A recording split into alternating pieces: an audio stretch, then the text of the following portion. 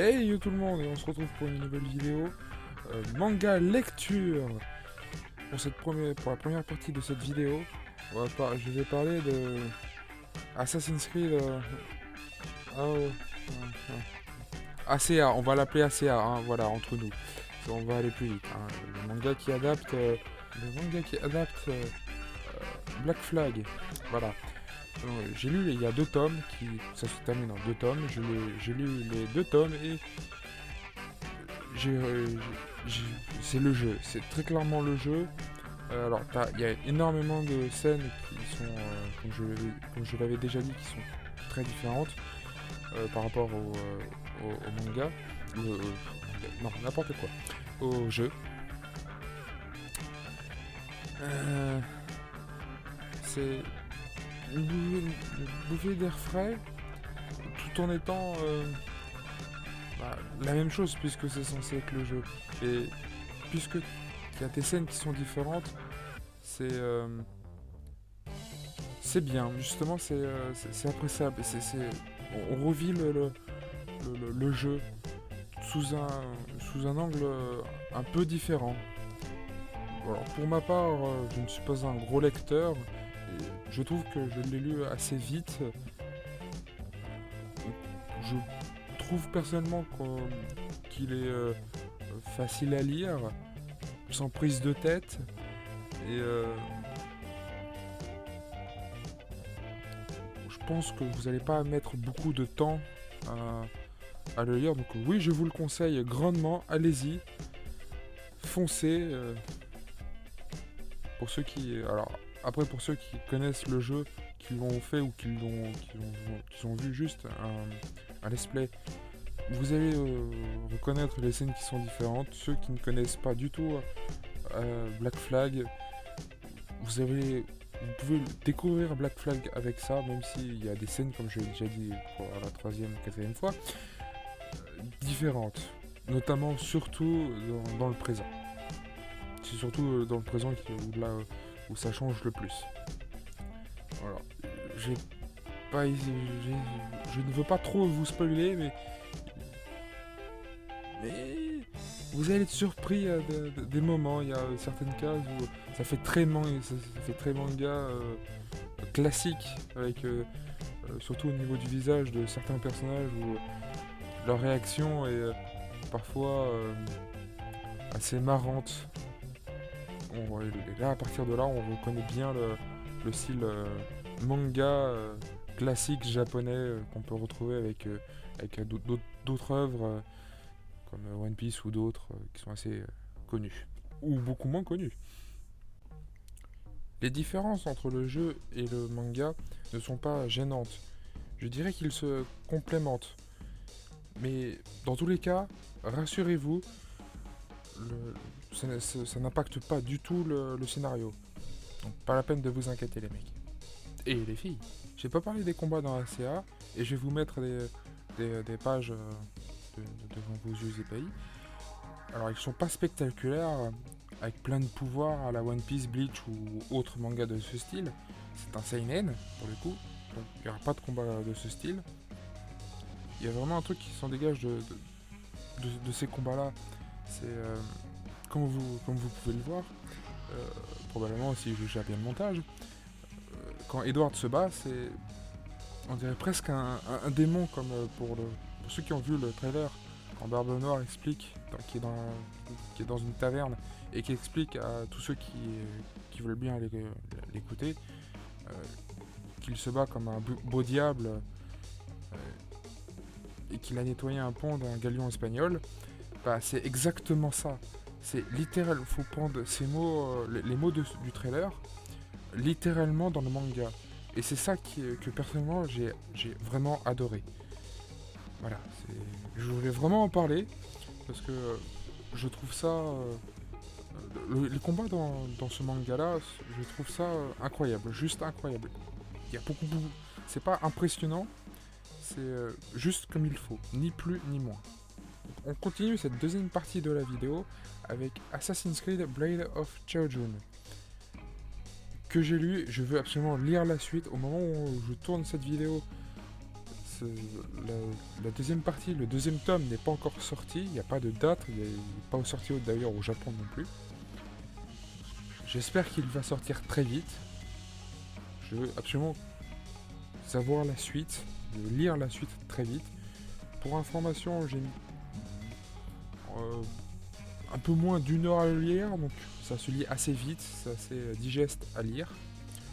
Alors je vais finir tout de suite au combat. C'est très différent de ACA, mais tout en étant... alors c'est pas bourrin comme mode pirate où le mec va y aller franco. Là c'est vraiment discrétion et assassin pur. C'est comme le jeu, puisque c'est tiré du jeu Chronicle China. Mais il y a également aussi des différences. Parmi ces différences notables, qui est également, comme pour ACA, le présent. Il y a littéralement un présent dans pour Blade of Children. C'est ce qui est formidable. Le présent, personnellement, ce présent-là, je l'aime bien. Et le personnage qui incarne du coup Children, je l'aime bien aussi. Il y a un autre personnage qui est donc dans la confrérie japonaise, qu'on connaît grâce à une BD Assassin's Creed. C'est une BD ou un comics, je sais plus, c'est l'un des deux. Mais alors je l'ai pas lu, hein, qu'on soit très clair. Il y a une figurine Hachette d'ailleurs à propos de ce personnage là. Donc, je mettrai des photos, vous verrez ça au moment de regarder la vidéo. Moi, ce n'est pas encore le cas. Voilà. Donc, oui, comme pour ACA, je vous conseille ces mangas là. Très clairement, je vous les conseille. Ils sont plus ou moins chers. Je pense que vous devrez les trouver un peu moins chers d'occasion, si le prix neuf vous dérange. Mais achetez-les, très clairement, lisez-les. Achetez les tomes, lisez-les. Sérieusement, lisez-les. C'est des pépites. Voilà, c'est pas quelque chose d'extraordinaire, puisqu'on connaît déjà le jeu, on les connaît déjà, puisqu'on les a soit fait, soit regardés. Mais c'est incroyable de pouvoir le lire, en fait, c'est juste ça. Et personnellement, moi, j'adore. Donc, je veux la suite.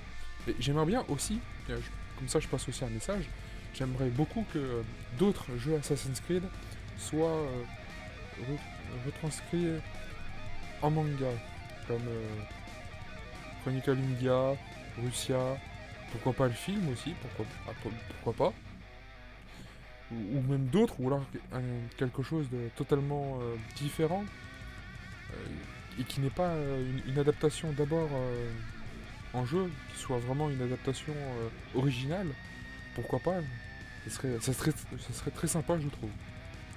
Voilà, alors sur ce, je vais pas m'éterniser non plus. Vous avez vu des images que moi je vous ai mis. Je vais pas vous en dire trop non plus. Je vais vous laisser quand même la découverte. Mais sérieusement, je me répète, je sais, mais lisez-les. Foncez. Faites-moi au moins confiance pour ça.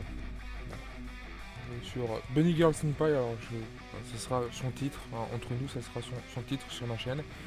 Ça sera plus vite. Et puis surtout, le reste est en anglais. Donc ça sera une vraie catastrophe si je m'y mets.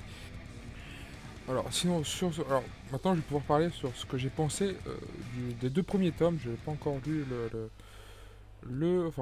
à l'heure actuelle, je n'avais pas encore lu le troisième tome pour le deuxième arc. Là, je vais parler seulement du premier arc.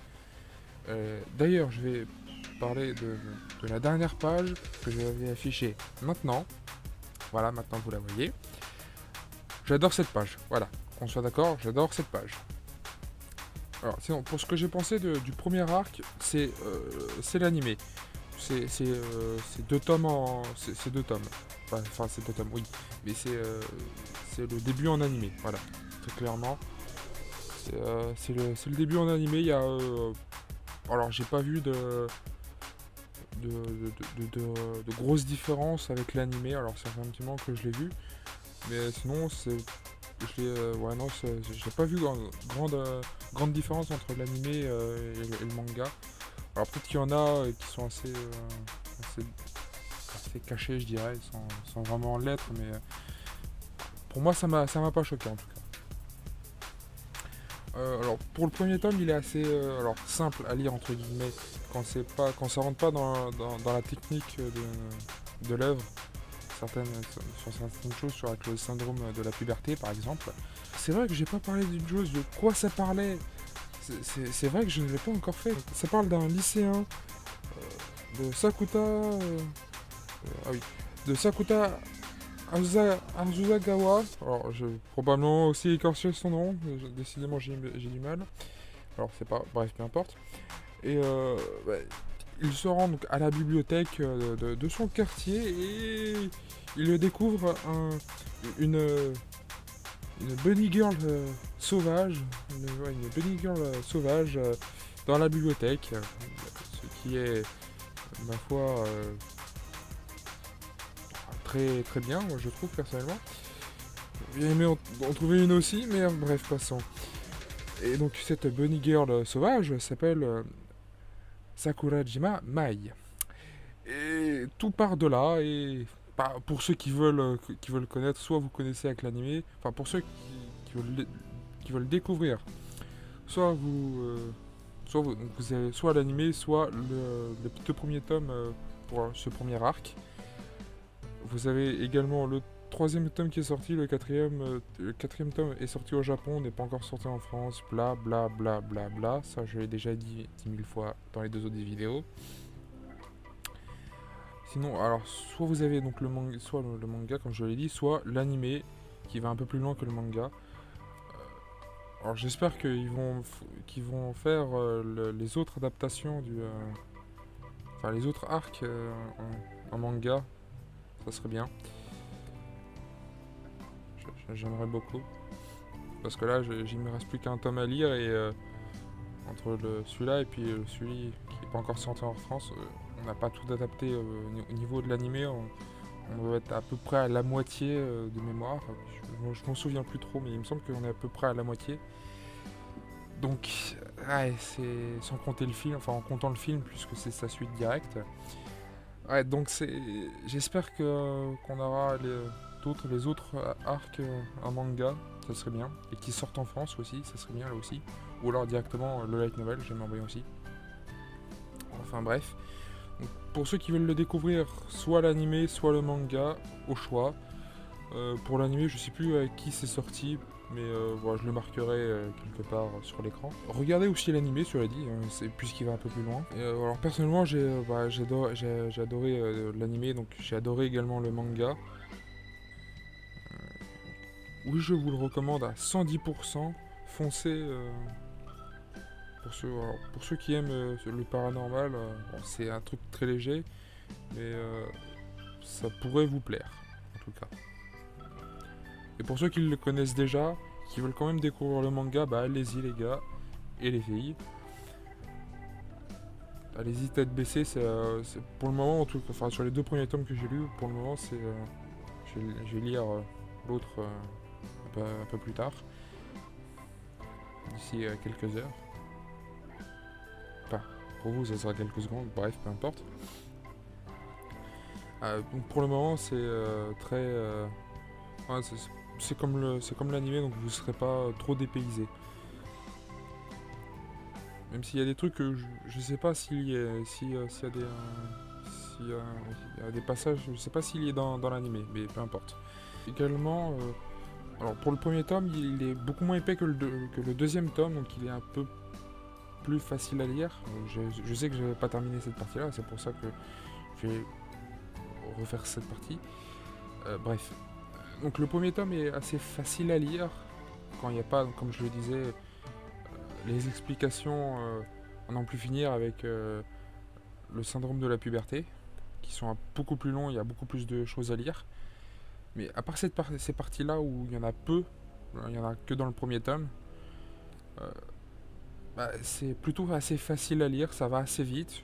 Pour le premier tome, j'ai mis une heure, enfin environ une heure à peu près. pour le deuxième qui est alors beaucoup plus épais que le premier. Le deuxième tome est beaucoup plus épais que le premier, donc j'ai mis un peu plus d'une heure et demie à le lire. Alors pour certains ça va être long, pour d'autres non. Alors faut savoir aussi que je lis assez lentement, mais bon là c'est pareil, ça a été assez vite pour la simple et bonne raison que il n'y a pas de syndrome de la puberté qui a été besoin d'expliquer, pas comme dans le premier tome, ce qui est normal puisque là c'est la conclusion de l'arc. Donc ça va, c'est plutôt assez rapide à lire, je dirais, sans que ce soit trop long non plus, surtout par moment. Après, ces moments sont assez rares, donc ça va. Enfin, voilà, moi personnellement, c'est ce que j'en pense. Après, vous pensez ce que vous voulez, les mecs, au bout d'un moment. Voilà, j'ai trouvé ça assez court, ce qui est plutôt bien, donc facile à lire. Je commence à me répéter, ouais, je sais. La vieux qu'est-ce que vous voulez que je vous dise? Ah, et Sakuta et Mai forment un très très joli couple. Ah, et aussi, Sakurajima Mai fait partie de mon top 3 de mes personnages préférés féminins, hein, j'entends. Voilà.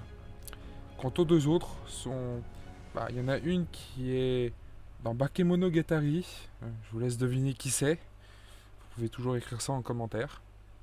Et quant à l'autre, elle fait partie du film et donc du manga, puisqu'il y a un manga aussi dessus, pour ceux qui ne le savent pas. Princesse Mononoke. Pour ceux qui l'ont vu, qui ont vu le film, et qui ont peut-être le manga chez eux, dans ce cas-là, si vous l'avez, dites-le moi en commentaire. Et si vous l'avez lu également, dites-le moi en commentaire et ce que vous en avez pensé. Les deux autres personnages font partie de ces deux œuvres-là. Après, à vous de me dire lesquels ça pourrait être. Il y en a deux, il y en a un par œuvre. À vous de choisir, d'identifier celles qui pourraient être, les deux autres qui pourraient être faire partie de ce top. Enfin, de ce top, il n'y a pas vraiment de top. Et donc on continue ce bilan lecture avec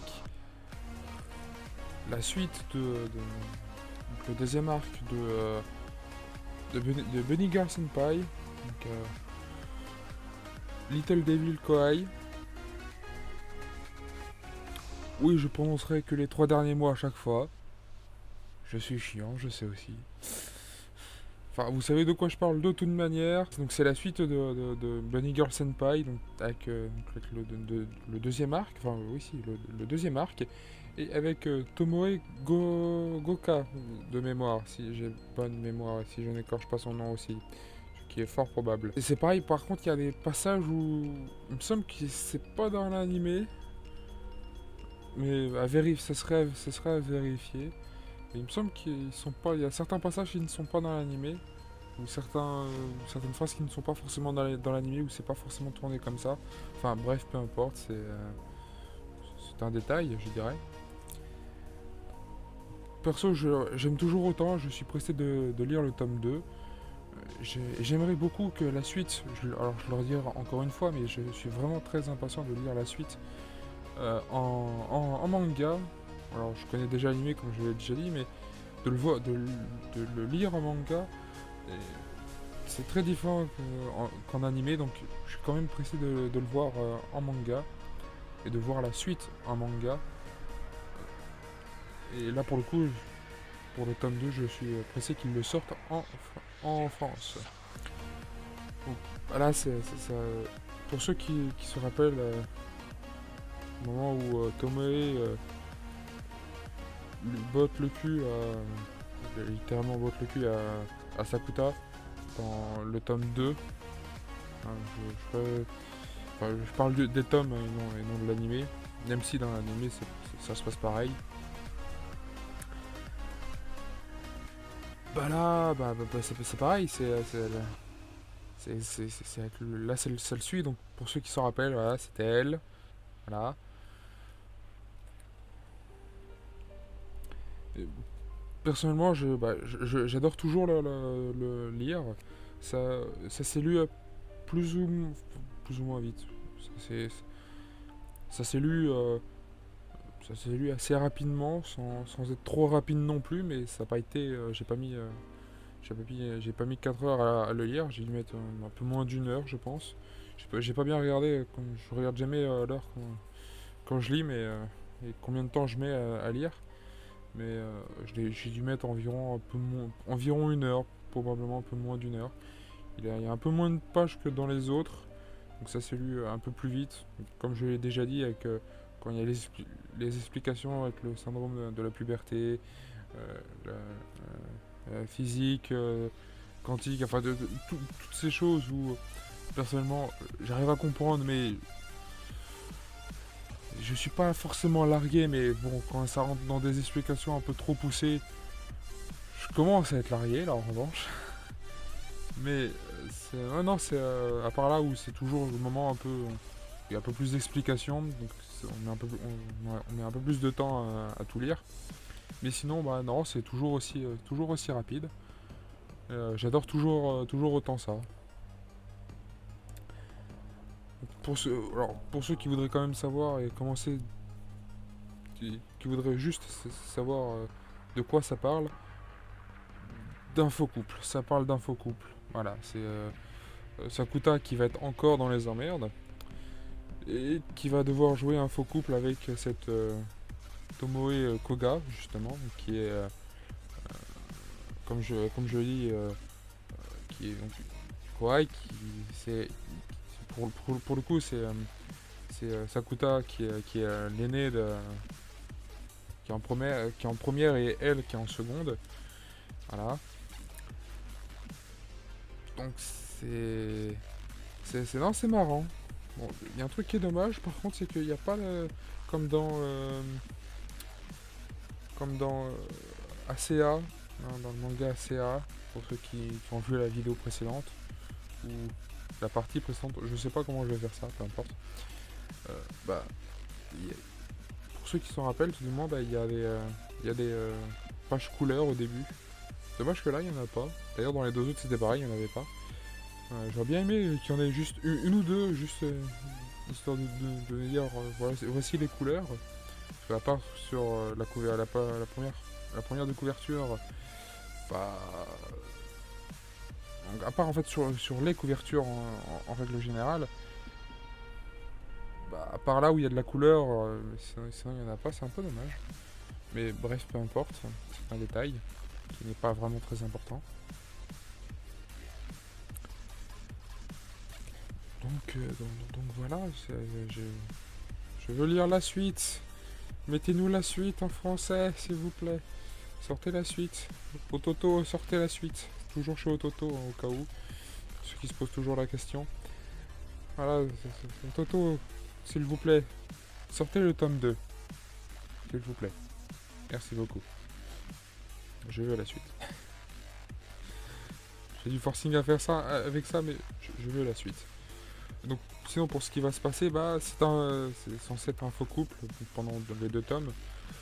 Comment ça va se passer avec Mai, ça... plus ou moins bien. Le temps qu'elle comprenne la situation. Avant ça, par contre, c'est un peu plus délicat. Et une fois qu'elle comprend la situation, ça va un peu mieux. Donc, alors, je ne l'ai pas encore dit, mais dans toutes ces vidéos-là, il y a un risque de spoil. Donc, pour ceux qui ne veulent pas, ne regardez pas. Ou alors, regardez après avoir lu les tomes. Voilà, je préfère précisément. Alors, je précise quasiment à la fin, mais c'est pas grave. Enfin, à la fin de cette partie-là, tout du moins. Enfin, bref. Donc là, comme j'ai déjà dit, on n'a pas tout et ça se termine quand il rencontre une autre seconde du même lycée, de leur lycée, qui est donc Mine Gahara. Et ça se termine là-dessus, et ça se termine sur... ils doivent retrouver de mémoire un bijou. J'ai le manga sous les yeux, donc je vais regarder. Si j'arrive à le retrouver. Oui, un strap avec... alors, oui, c'est un strap avec avec une petite méduse avec 3 cubes qui est juste au-dessus. Donc elle avait perdu ça et ça se termine là-dessus. Et d'ailleurs, Tomoe la retrouve. Enfin, Tomoe Sakuta, Sakuta la retrouve et Tomoe lui redonne. Voilà, ça se termine là-dessus. Et comme le manga le dit très bien à la fin, euh, quelle sera la conclusion de cette fausse histoire d'amour? Pour ceux qui connaissent l'animé, vous le savez déjà. Pour les autres, bah, allez le découvrir en manga ou alors l'animé, comme vous voulez. Privilégiez quand même l'animé, il va plus loin. J'aurais tendance à dire privilégier le light novel, mais il n'est pas il n'y a pas sorti en France malheureusement. Un jour peut-être. On aimerait tous ceux qui connaissent et qui aiment Bunny Girl Senpai voudraient absolument le voir. Voir le light novel en France, ce qui serait bien. Bref, l'humour dans Bunny Girl Senpai est toujours autant drôle que ce soit avec Sakuta et Mai, ou Mai et Sakuta, ils aiment bien s'envoyer des petits pics, ce genre de truc est toujours aussi drôle, et que ce soit avec Sakuta et d'autres, Tomoe ou d'autres, avec Futaba aussi, et l'autre, son pote là, que j'ai totalement oublié son nom, d'accord? Je m'en voulais pas, je n'ai pas retenu son nom. C'est Kunimi ou une connerie comme ça, il me semble. Pas très sûr du nom, il me semble que c'est ça, peu importe. Bah, c'est l'humour qu'il y a entre les personnages, c'est toujours aussi drôle. Je sais que je connais l'animé, mais c'est toujours aussi drôle et ça marche toujours autant sur moi. Et Mai est toujours autant mignonne, même dans le manga, alors que je connais ses réactions et autres, elle est toujours autant mignonne. C'est incroyable. Voilà. D'une BD, pas d'un manga pour une fois, puisqu'il s'agit d'Assassin's Creed Bloodstone. Je sais, accent anglais, je sais tout ça, pas besoin de le dire en commentaire. Alors, quand je vais faire le résumé, je vais rentrer un peu dans certains détails, donc il y aura potentiellement un peu de spoil. Donc pour ceux qui n'aiment pas le spoil, bah, cette vidéo n'est pas pour vous. Et pour ceux qui s'en foutent, bah, on va passer quelques minutes ensemble. Alors, Assassin's Creed Bloodstone est une BD en 2 tomes. Alors, personnellement, j'aurais bien aimé qu'il y ait un peu plus, mais bon, ça, j'y reviendrai en fin de vidéo. Alors, pour faire un résumé de l'histoire, alors c'est pas petit comme résumé, mais bon, je vais essayer de faire le plus concis possible et le plus clair possible. Alors, l'histoire commence avec Tomo Sakagawa. Alors oui, ça fait très japonais, c'est normal, puisqu'il est japonais. Il voit sa mère se faire tuer, et ainsi que toute la cellule d'assassins japonais de l'île de... Alors là aussi, je vais probablement charcuter aussi le nom de l'île. Kyushu, je pense que c'est ça. Peut-être. Peut-être pas. Alors, toute la cellule d'assassin ainsi que sa mère, tout le monde se fait tuer par un certain Maxime Gorm qui fait partie d'une certaine organisation qui n'est pas très connue. Hein. On les appelle les Templiers, ils sont pas très connus. Oui, je troll un peu. Et ça a été orchestré par un certain Daniel Cross, qui n'est pas aussi très connu. Oui, pour ceux qui ont fait les jeux, oui, c'est bien lui-même. Il n'y a pas de souci là-dessus. Ah, j'ai oublié un très léger détail. La localisation de tous les camps qu'il a pu visiter, donc tous les camps assassins qu'il a pu visiter. Un peu plus tard, donc, on retrouve quand cette partie-là se passe, Tomo est encore enfant. Et on retrouve Tomo à 17 ans, quelques années après, à Tokyo. Donc on retrouve Tomo à Tokyo et il veut absolument venger sa mère et toute la cellule d'assassins qui était là-bas. Alors, j'ai pas trop parlé de Tomo, je vais en parler tiens maintenant, au lieu de faire durer le suspense. Alors, Tomo, c'est pas quelqu'un de, c'est pas un assassin de terrain. C'est plutôt l'informaticien qui est derrière et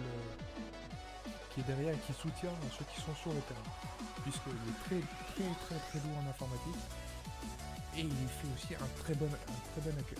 Il ira dans plusieurs pays du monde, entre autres la Suisse et également à Madrid.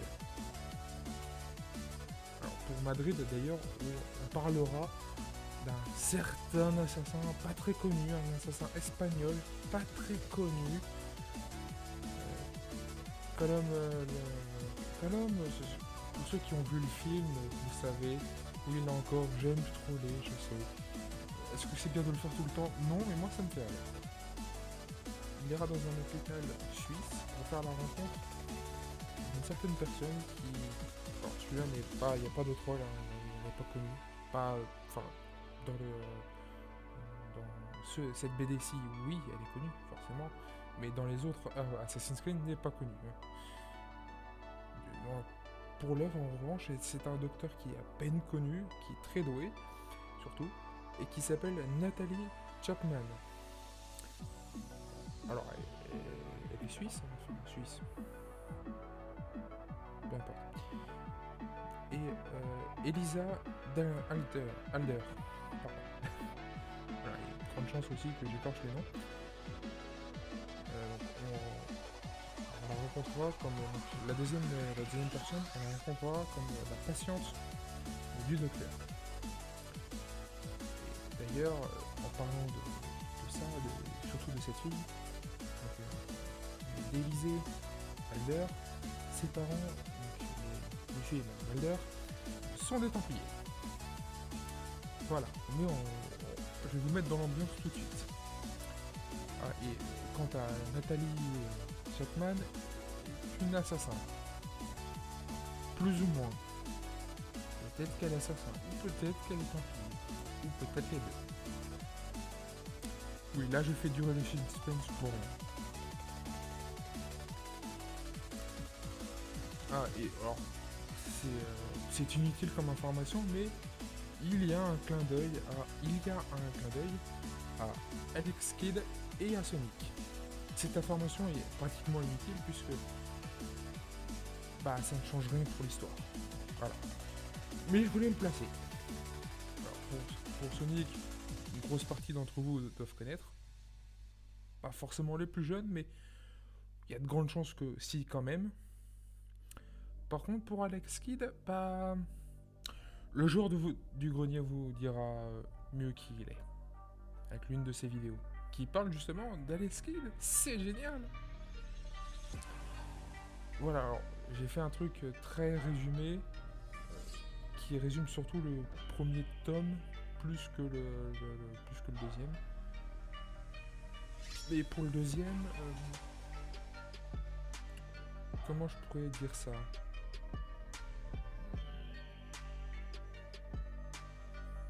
Forêt. Forêt et puis... Ah, et puis Vietnam aussi. Voilà. Ah, et frappe Napalm.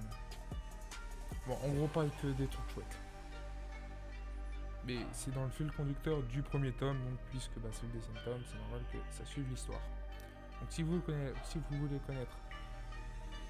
connaître le deuxième tome, achetez-le, faites comme vous voulez. Voilà.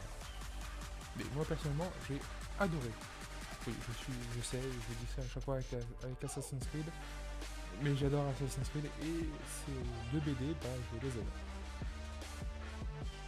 Alors, pour revenir 2 petites secondes sur Elisa Alder, alors, on en apprend un peu plus au fur et à mesure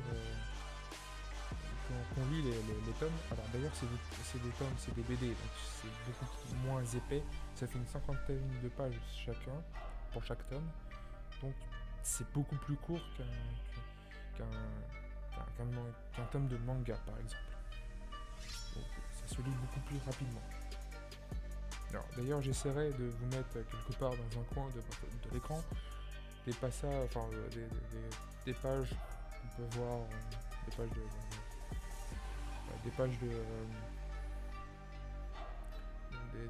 des tomes, voilà. J'essaierai si j'y pense et si j'ai envie. Sinon, débrouillez-vous. Alors, pour Elisa Albert, il y a un truc que j'adore, que j'aurais vraiment aimé qu'on ait un peu plus. Alors, pour ceux qui connaissent déjà Bloodstone, ils vont voir de quoi je parle. Pour ceux qui ne l'ont pas lu, vous avez totalement perdu. Mais donc, à la fin du deuxième tome, quand une certaine explosion a fait quelques dégâts sur une base, peu importe de qui, du pourquoi, du comment, pour ceux qui ont lu, donc vous voyez de quoi je parle. Pour les autres, allez vous renseigner.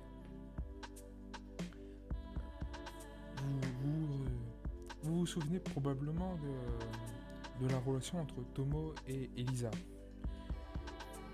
qui était très froide. Enfin, j'ai trouvé personnellement assez froide au début, et au fur et à mesure, bon, ça fait des hauts et des bas, hein, et à la fin, ça a bien remonté. Et ça a bien remonté dans le bon sens. Et ce que j'aurais aimé, du coup, c'est approfondir justement leur relation entre Tomo et Elisa. En avoir un peu plus, tout simplement. Alors, je ne demande pas que ce soit en mode fleur bleue, attention, mais avoir un peu plus de romance entre les deux, ça m'aurait pas vraiment déplu. Donc en gros, faire un troisième tome, pas forcément que sur ça, mais sur le fond de ça, avec une autre histoire en avant qui couvre leur romance. Alors pas qui l'efface non plus, hein, mais quand même un juste milieu. Mais j'aurais aimé, beaucoup aimé même, d'avoir un approfondissement de leur relation entre eux. Personnellement, j'aurais bien aimé. Enfin bref, je vous recommande à 100 milliards de pourcents cette série qui est en 2 tomes. Alors les tomes sont environ 13,50€. Alors ils sont un peu chers.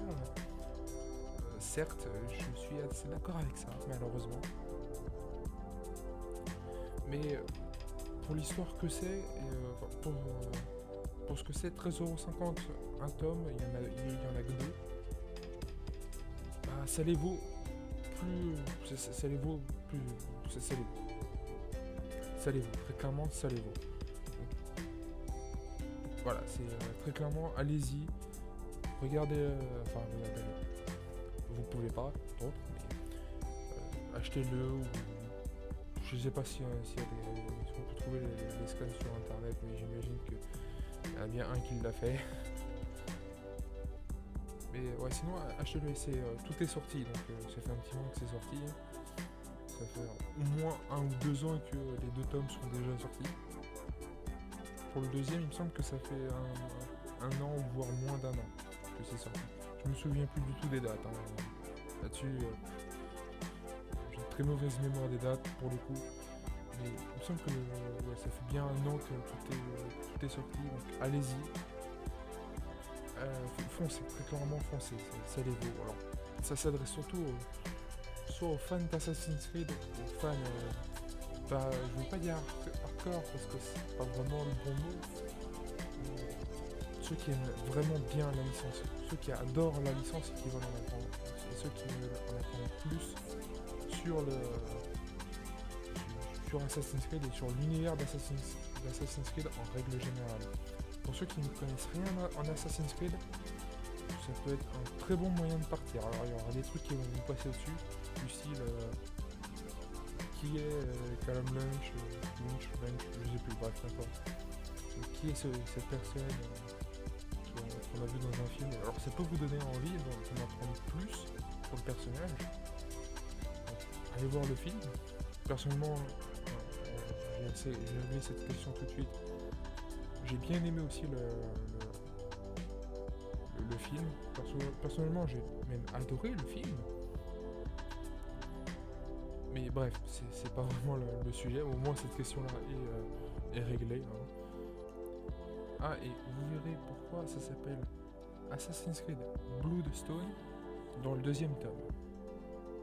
Oui, ça laisse un peu de suspense, je sais. Pour parler du tome 2 d'Assassin's Creed Blade of Chao Jun, que je viens de lire. Donc on continue, c'est le début du tome, on continue sur la fin du tome 1, dans le port. Dans le port qui va être en feu dans le tome 2. Donc, les Templiers mettent le feu pour que Chao Jun puisse sortir de sa cachette et éventuellement la tuer, sauf que il n'y arrive pas bizarrement et elle réussit à s'enfuir. Étrangement. Alors, il y a pas mal de passages où c'est pas vraiment pareil que dans le jeu, mais encore une fois, ce n'est pas grave, au contraire, ça me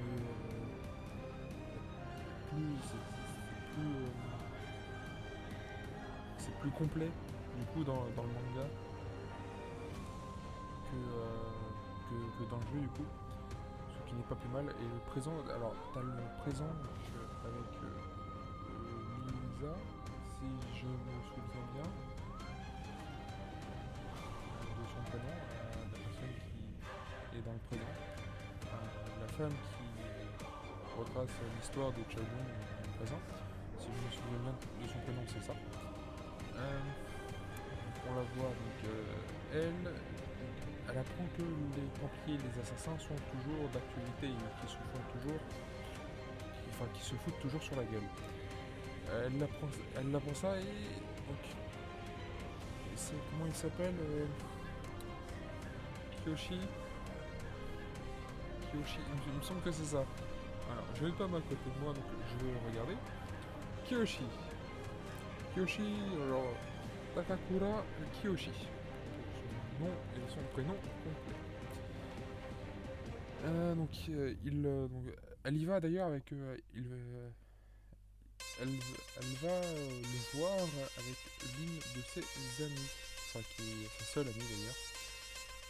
Elle va le voir parce qu'il lui a demandé de venir la voir pour parler justement de l'effet de transfert qu'il y a avec l'animus, qui est donc un effet secondaire pas très cool. Hallucination en tout genre, voire jusqu'à aller jusqu'à un légume, voire la mort, ce qui n'est donc pas très cool, hein, je vous en conviendrai. Il la prévient, mais elle ne veut pas vraiment l'écouter, elle préfère faire confiance au docteur Kagami, qui est donc un Templier. Oui, elle préfère lui faire confiance. En même temps, elle a fait en sorte que Lisa puisse lui faire confiance à ce docteur Kagami. Alors que c'est une ripoux dans tous les sens du terme. Sérieusement, c'est la pire des pires. Mais bon, ça, comment ça... Alors, je dirais pas qu'elle commence à se rendre compte, mais elle commence à réfléchir sur le fait du... Est-ce que c'est vraiment bien de faire...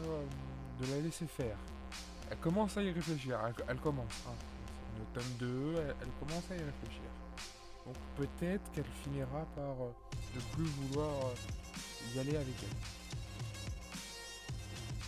Donc on continue, il y a eu ça, il y a eu donc ça dans le présent. Et il y a eu différents événements plus ou moins cool, surtout à la fin du tome 2, pour son maître, qui n'est pas très sympa, c'est pas très sympa pour lui, c'est sérieusement, j'en dirai pas plus, mais c'est pas vraiment sympa pour le coup. Voilà, sinon bah, j'ai adoré le tome. J'adore cette série, donc je suis pressé de lire le tome 3 qui va sortir alors pour moi dans 2 jours au Japon, hein, je précise, ça va sortir au Japon dans 2 jours. Donc ça sortira en France d'ici quelques mois, avec un peu de chance. Pour le tome Heroes, Mashima Heroes, que j'ai lu, alors j'ai pas relu le tome récemment, mais j'ai à peu près tout en mémoire parce que j'ai déjà lu les scans qui sont sortis. Donc voilà, ça aide beaucoup. Et je me rappelle grosso merdo de ce qui se passe en fait, tout simplement. Alors, plus ou moins, il y aura des détails que je ne vais pas forcément m'en rappeler. Et j'ai en main également le tome au cas où. Alors, avant de commencer quoi que ce soit d'autre, j'avais donc à la lecture du tome, j'avais vraiment apprécié de lire le tome. Il y a un seul tome, mais je l'avais vraiment apprécié pour le coup. Bon, après, ça reste du Mashima, hein, faut pas. Là, en plus de Fairy Tail, t'as Eden Zero et Rave qui a été combiné c'est un crossover entre les trois. Et pour le coup, ça reste du Mashima, hein. Donc, t'as quand même Yuichi, ça reste du Mashima, c'est logique. Mais ça reste totalement plaisant, ça reste très marrant. Ça reste du Mashima pour le coup. C'est ni plus ni moins, hein. Alors pour ce qui se passe dans le tome, c'est bien simple. On commence à lire, on commence le tome avec Lucy Lucy, Natsu et Happy, donc qui sont sur une île. Alors on pourrait croire le début d'une blague foireuse, mais non, c'est pas le cas. Donc ces trois-là sont sur une île, donc tout comme Gray et Wendy et Erza. Gray qui est encore à poil d'ailleurs, mais vraiment à poil, hein, pas comme dans l'anime, qui est un caleçon. Donc ils font bronzette, hein, très clairement, ils font tous bronzette. T'as Natsu qui embête un peu, Lucy. Non, même pas. C'est Happy qui embête encore Lucy à lui enlever le haut de son maillot de bain. Parce que oui, elle est en bikini, et donc forcément, le haut de son maillot de bain, c'est forcément enlevé. Et Happy en a profité pour le prendre. Voilà, ça reste du fairy tail, quoi. Et au bout d'un moment, Natsu va rencontrer Shiki de Eden Zero. Et ils vont commencer à se foutre sur la gueule. C'est pour aucune raison valable. Pour aucune vraie raison, hein. C'est oh là là, tu m'as piqué mon jouet, ce genre de conneries, hein, au final. Mais bon, en soi, ce n'est pas très très grave. C'est tout ça pour un fruit, hein. Il a piqué, c'est comme deux gosses qu'il y en a un qui a piqué le jouet de l'autre, si tu veux, c'est pareil, hein, pour le coup. C'est du même niveau. Mais ça reste très marrant à voir. Et Natsu et Shiki ont totalement le même tempérament et ils vont se foutre sur la gueule à cause de ça. Donc, alors l'histoire progresse et on voit les différents personnages de chaque univers qui commencent à se rassembler. Donc l'univers de Fairy Tail, donc les personnages de Fairy Tail commencent à voir ceux d'Eden Zero, donc avec Shiki et sa bande de potes, qui se trouvent être, je ne me rappelle plus des prénoms, donc ça fait un petit moment que j'ai pas lu Eden Zero, en scan toujours, mais j'ai totalement la flemme de reprendre, j'en ai plus d'une cinquantaine à rattraper, j'ai un peu la flemme, je vous avouerai. Alors, en revanche, si vous voulez me donner une bonne raison de continuer Eden Zero, vous pouvez toujours me dire, alors pas ce qui se passe, pas de me spoiler, mais au moins de faire en sorte de me motiver à lire la suite. Je suis aux alentours du chapitre 55, il me semble 55 ou 56, quelque chose comme ça.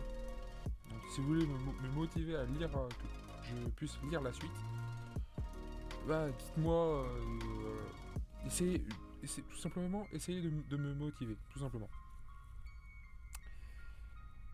Alors sinon pour ce qui se passe, t'as également, alors petit aparté, alors non, deux petits apartés. La première, c'est, alors on finit par voir les personnages de Rêve-Master, alors qu'on ne voit pas enfin qu'on ne voit pas tout de suite. Ils ne vont pas forcément. C'est, je sais plus comment il s'appelle le personnage principal de Rêve-Master. J'ai totalement oublié leur nom, mais c'est pas grave. Donc le personnage principal de Rêve-Master, on finit par le voir, mais il rencontre pas tout de suite Natsu et Shiki. Il le rencontre par contre tout de suite et il est également avec ses potes, au passage. Ils sont sur la même île. Les trois sont donc les trois sont sur la même île. Et certains, enfin tous sont en train de se battre. Et Natsu et Shiki l'un contre l'autre. Et donc Lucie et la Lucie d'Eden Zero, je sais plus comment elle s'appelle aussi, c'est pas grave. Avec un peu de chance, ça s'appellera aussi Lucie. Oui, moi et les prénoms, le personnage ne m'intéresse pas plus que ça. Ça va dans les oubliettes.